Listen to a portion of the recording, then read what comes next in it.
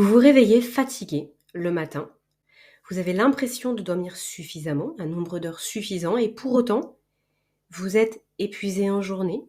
Peut-être que vous souffrez d'apnée du sommeil. J'ai fait une vidéo sur ce sujet.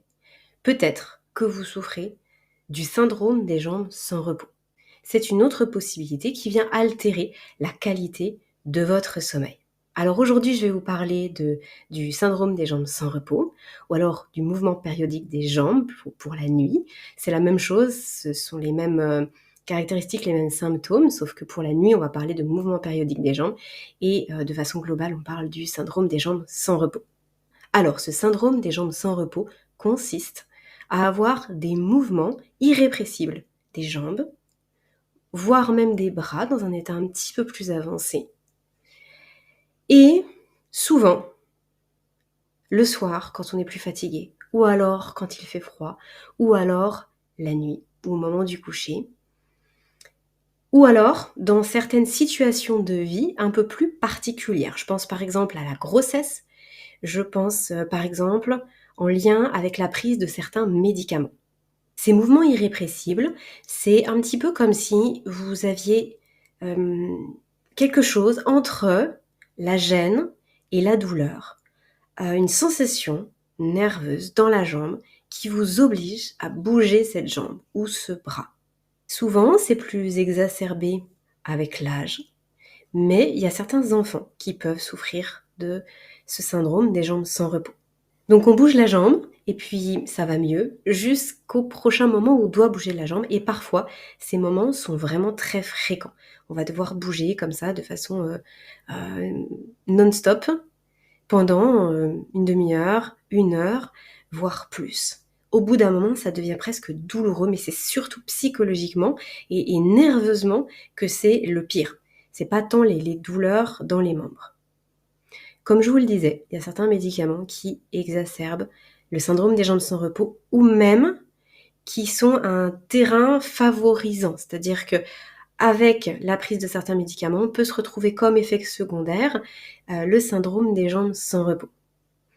Et ces médicaments, ce sont notamment les antidépresseurs. Donc je vous en parle aujourd'hui en lien avec le sommeil parce que oui, ça vient altérer la qualité du sommeil, parce que votre sommeil, eh bien, il est sans cesse interrompu par ces mouvements de jambes, je vais y revenir.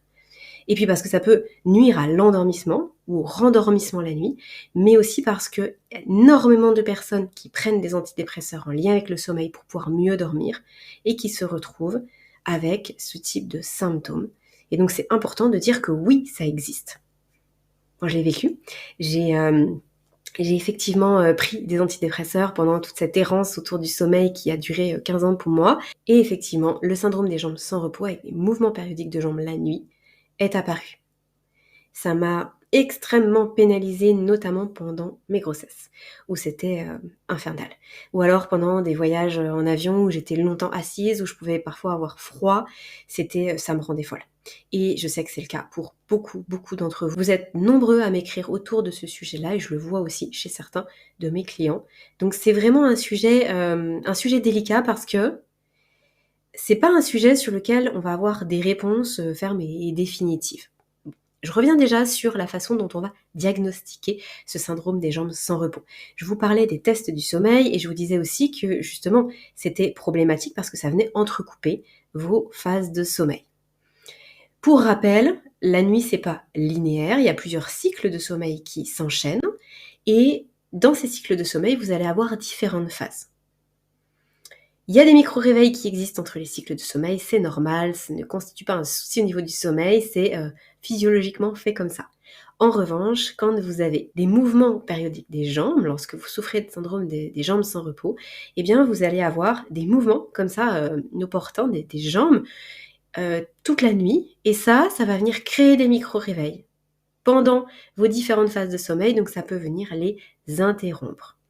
Donc effectivement, la façon de diagnostiquer ça, eh bien, c'est de faire un test du sommeil parce que là, vous êtes branché. Alors, test du sommeil, vous avez un électroencéphalogramme, vous êtes branché au niveau du cerveau, vous êtes branché au niveau du cœur, vous êtes aussi branché justement au niveau des jambes. Donc on regarde, et donc vous avez aussi l'aspect respiratoire. Donc vous avez vraiment quelque chose d'assez global qui est pris en compte. Et là, on peut voir si effectivement, il y a des mouvements de jambes qui s'opèrent comme ça tout au long de la nuit. En tout cas, pour moi, c'est comme ça que ça avait été diagnostiqué. Je sais qu'il y a énormément de personnes qui font des tests du sommeil justement parce que elles pensent qu'elles ont le syndrome des jambes sans repos et ça leur est confirmé comme ça. D'autres personnes, on va dire, s'auto-diagnostiquent avec le syndrome des jambes sans repos sans forcément avoir fait de test parce qu'effectivement, c'est quelque chose qui est très... qu'on détermine facilement. C'est-à-dire que si vous en parlez à votre médecin traitant, il va souvent vous dire « Ah bah oui, ça semble être le syndrome des jambes sans repos ». Le souci autour de ça, c'est que on n'a pas de solution directe. Voire même, on peut avoir des solutions contradictoires. Pendant longtemps, on a pensé que le syndrome des jambes sans repos, et donc les mouvements périodiques de jambes aussi, venaient d'une carence en fer ou d'un manque de dopamine. Mais finalement, on se rend compte que finalement, c'est peut-être un excédent de dopamine qui peut créer ça. Donc, c'est assez confus, c'est assez troublant parce que du coup, les médicaments qui peuvent être donnés lorsqu'on est à un stade très avancé, ces médicaments qui sont donnés, ce sont les mêmes médicaments que pour la maladie de Parkinson. Parce qu'effectivement, là aussi, la dopamine est en jeu. Sauf que si on dose trop peu, ça fonctionne pas. Si on dose trop, ça fonctionne pas non plus. Et le dosage est sans cesse à réévaluer. Donc c'est un peu un enfer. Si vous vivez ça, peut-être que justement vous avez un témoignage à apporter en ce sens. N'hésitez pas à le mettre dans les commentaires.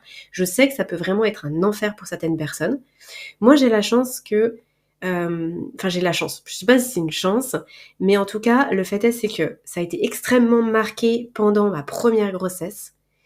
Nettement moins pendant ma deuxième grossesse parce que j'avais déjà repris en main un certain nombre d'éléments dans mon quotidien, d'hygiène de vie, d'hygiène de sommeil, d'hygiène alimentaire, d'hygiène émotionnelle. Et donc le fait est, c'est que ça a été bien moins marqué.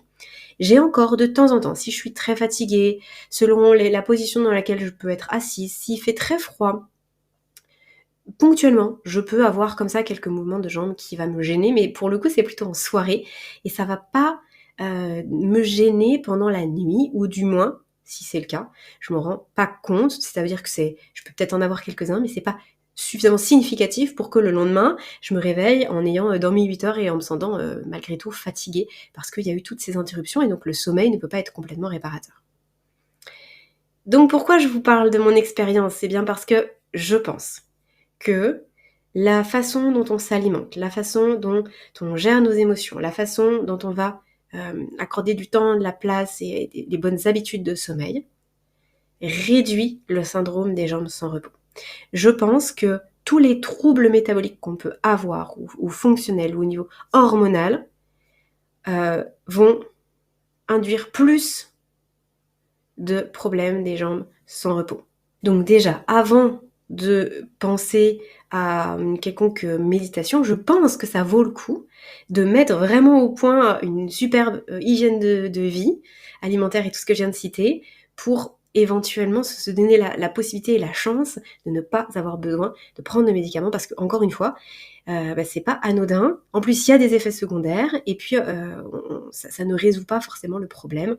Voire même certaines personnes sont vraiment en complète détresse par rapport à ça, alors même qu'il y a traitement médicamenteux derrière. Donc pour récapituler, ce que je voulais vous partager dans cette vidéo, c'est, et d'une, si vous prenez des antidépresseurs, il faut avoir en tête qu'il peut y avoir ça comme répercussion. Donc c'est-à-dire que si vous avez ces syndromes-là, ça peut venir d'un traitement médicamenteux que vous avez eu par le passé. Je précise quand même que c'est majoré aussi par l'hérédité, c'est-à-dire que si vous avez votre mère, votre grand-mère, votre arrière-grand-mère qui souffrait de syndrome des jambes sans repos, il y a plus de risques que vous en souffriez aussi. Mais c'est pas une obligation. Moi, j'en ai jamais souffert jusqu'à ce que je prenne les médicaments. On va dire que ça peut être un facteur d'accélération ou déclencheur. Peut-être que j'en aurais jamais eu si toutefois j'avais pas pris ces médicaments-là. Donc effectivement, il faut quand même savoir qu'il y a un lien de causalité.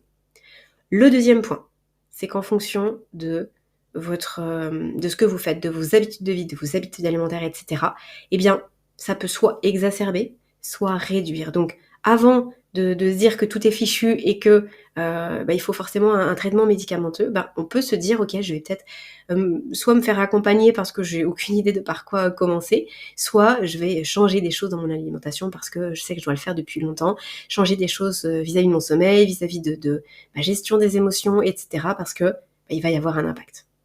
Et donc le troisième point, c'était bien sûr de pouvoir faire le lien aussi entre un sommeil qui semble ne pas être récupérateur, qui semble ne pas être de bonne qualité, et ce syndrome des jambes sans repos, qui peut passer relativement inaperçu en journée, être plus manifeste la nuit, ou inversement. Et donc si vous voulez avoir un diagnostic de posé, eh bien je vous invite à aller voir votre médecin traitant qui vous enverra vers un médecin du sommeil qui pourra vous faire passer un test du sommeil, et comme ça vous aurez le diagnostic sous les yeux, si toutefois c'est ça. Si c'est pas ça, peut-être que grâce au test du sommeil, vous aurez pu identifier peut-être une petite apnée du sommeil, ce qui est toujours très intéressant de savoir pour ensuite bien sûr mettre des choses en place.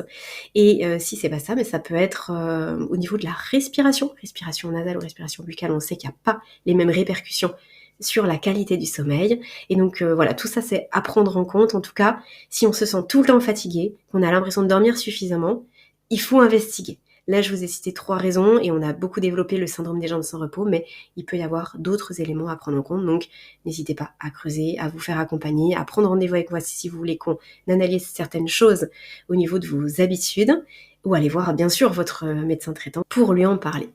J'espère que cette vidéo vous aura permis d'y voir plus clair. Je vous invite à parcourir la chaîne, vous allez avoir plein de conseils pour améliorer votre sommeil, sortir de vos troubles du sommeil si vous en avez. Et je vous retrouve bien sûr en description de cette vidéo, comme toujours. Je mets les liens qui peuvent vous permettre d'aller plus loin, de découvrir mon travail plus avant, d'obtenir des fiches bonus, d'obtenir des guidages gratuits pour que vous puissiez continuer votre exploration. À très bientôt.